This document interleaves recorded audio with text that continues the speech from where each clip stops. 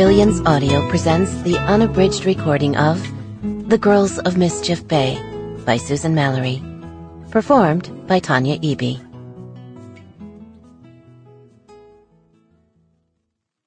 One. Did Tyler make that for you?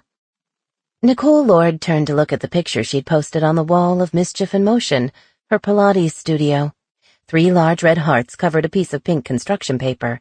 A handprint had been outlined over the hearts. The hearts were wobbly and highly stylized, but still recognizable. Not bad, considering the artist in question was not yet 5.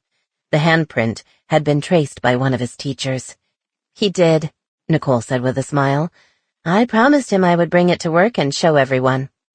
Her client, a 30-something fighting her way back from a 45-pound pregnancy weight gain, wiped sweat from her face and smiled. He sounds adorable. I look forward to when my daughter can do more than eat, poop, and keep me up all night.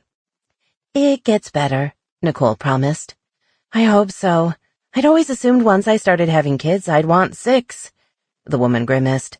Now 1 is looking like more than enough. She waved and walked toward the exit. See you next week. Have a good weekend.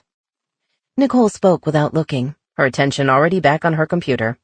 She had her noon class, then a 3-hour break before her late afternoon classes, which sounded nice until she thought about all she had to get done. Grocery shopping for sure. They were out of everything. Her car needed gas, there was dry cleaning to pick up, and somewhere in the middle of all that, she should eat lunch. She glanced at the clock, wondering if she should text Eric to remind him to pick up Tyler from daycare at 4. She reached for her phone, then shook her head and sagged back in her chair.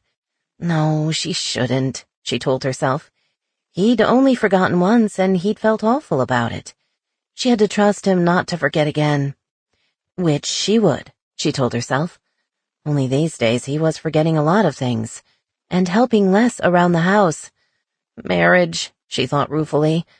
It all sounded so romantic until you realized that, hey, you not only had to live with someone else, but there would also be days when they actually thought you were wrong about things.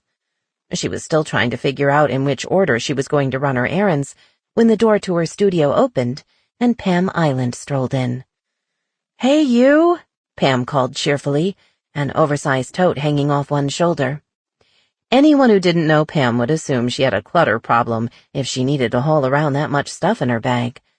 Those who did know Pam were privy to the fact. Sample complete. Ready to continue?